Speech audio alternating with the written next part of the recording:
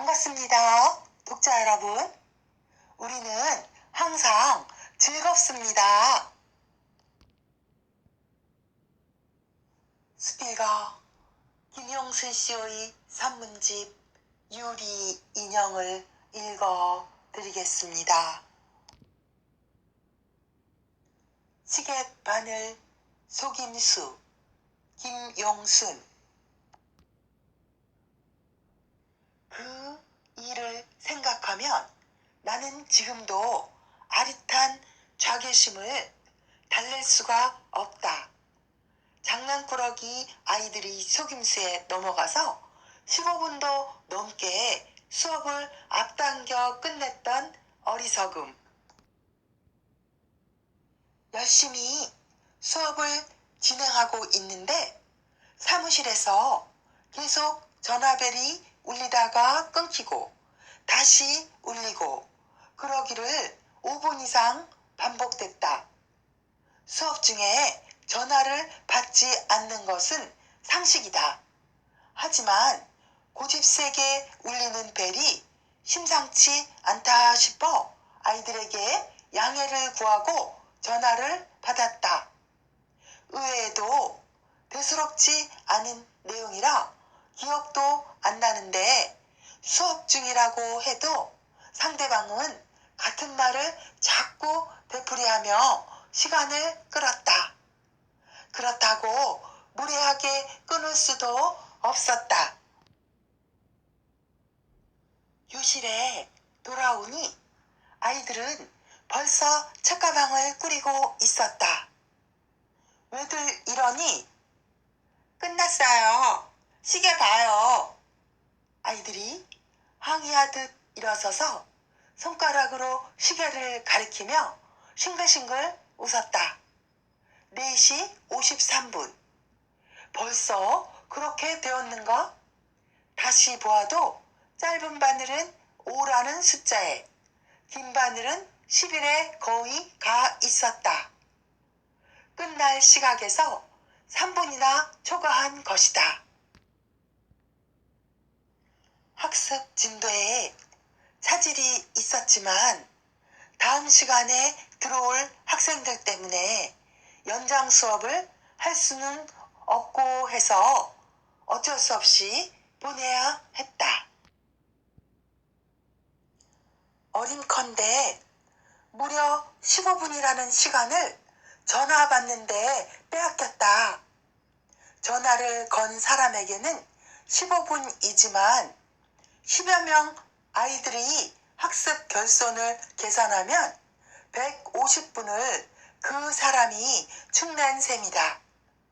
하지만 수업 중이라고 했는데도 그렇게 시간을 끈 사람이 과연 그런 계산을 할 수 있었을까? 나는 지금이라도 그 사람에게 말하고 싶다. 하찮은 시계바늘이지만 개인의 운명을 바꿔놓기도 하고 수많은 사람의 목숨을 좌우하는가 하면 때로는 세계의 역사를 바꿔놓기도 한다고.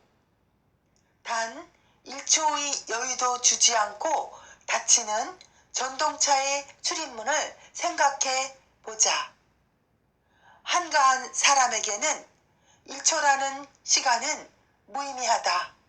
하지만 그 1초 때문에 일을 그르쳐서 운명이 바뀌는 사람도 있다.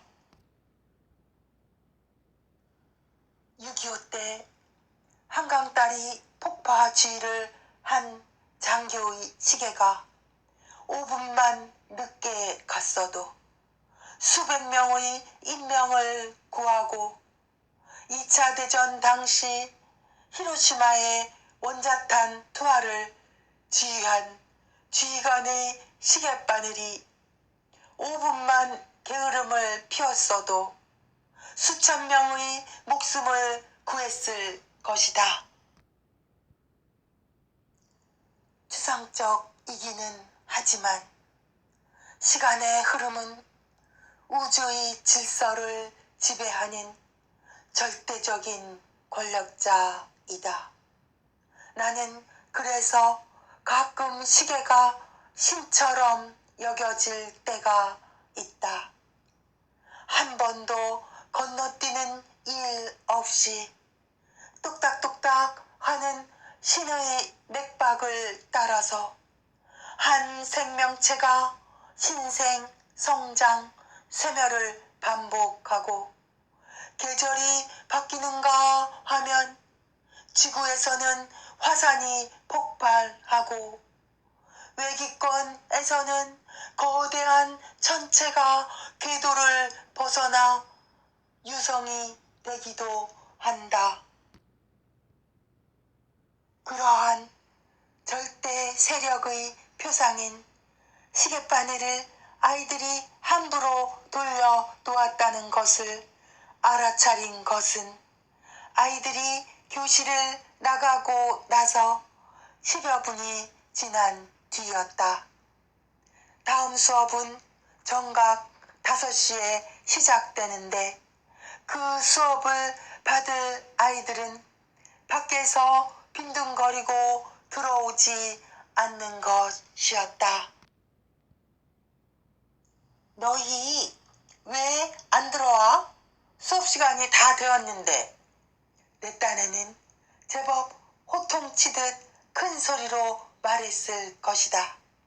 그런데 밖에서 놀던 아이들이 휴대전화를 꺼내 보이는데 4시 50분이었다. 속담 그대로 자다가 딱이 맞은 기분이었다. 신처럼 여기는 시계에 대한 배신감이 울컥 치밀어서 현기증까지 일었다. 거짓말쟁이, 못된 것, 시계바늘을 탓하는 것인지 아니면 시계바늘을 돌려놓은 아이들을 원망하는 것인지 나도 모를 소리가 입 밖으로 새어 나왔다. 아무튼 나에게 있어 시계는 그때부터 인간이 조작한 한낱 계기판, 사람의 손가락으로 얼마든지 조작할 수 있는 불확실한 것, 장난감에 불과한 것으로 신의 위상에서 추락하고 말았다. 그런데 곰곰 생각해 보니 원망의 대상은 아이들도 아니고 시계바늘도 아닌 나였다. 나에게도 휴대전화가 있는데 왜 그건 안 보고 시계바늘만 믿었을까? 설사 아이들이 긴 바늘, 짧은 바늘 모두 10이라는 숫자에 갖다 놓았다고 해도 밤이 낮 되고 낮이 밤 될 리는 없지 않은가. 그런 속임수를 당한 것은 그때만이 아니다. 월악산을 오를 때였다. 정상까지 1km라는 표지판을 보고 한참 가다 보니 2km라는 이정표가 또 나왔다.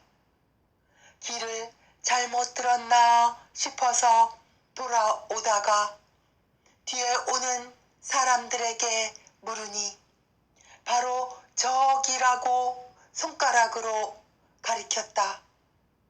어느 짓궂은 사람이 장난으로 표지판을 바꿔 놓았던가 보다. 곰곰 생각해보니 임의로 정한 숫자의 속임수는 그런 경우만이 아니었다. 점수라는 숫자는 학생의 내면까지 측정한 기수인 양 속이고 부의 X는 그 사람에게 행복의 지수인 양 속이고 숫자만이 아니고 소문과 간판에 속는 경우 또한 허다하다. 그래서 옛사람들이 사람이나 사물을 보여주는 대로 보지 말고 내 손으로 헤치고 속을 들여다보라고 했던가. 여러분이 달을 보라고 손가락으로 가리켰는데 나는 달은 안 보고 여러분의 손가락만 보았어요. 나는 다음날 아이들을 꾸짖는 대신 나의 우직함을 고백하고 나서 나의 그런 버릇을 고쳐주어서 고맙다고 진심으로 사례했다.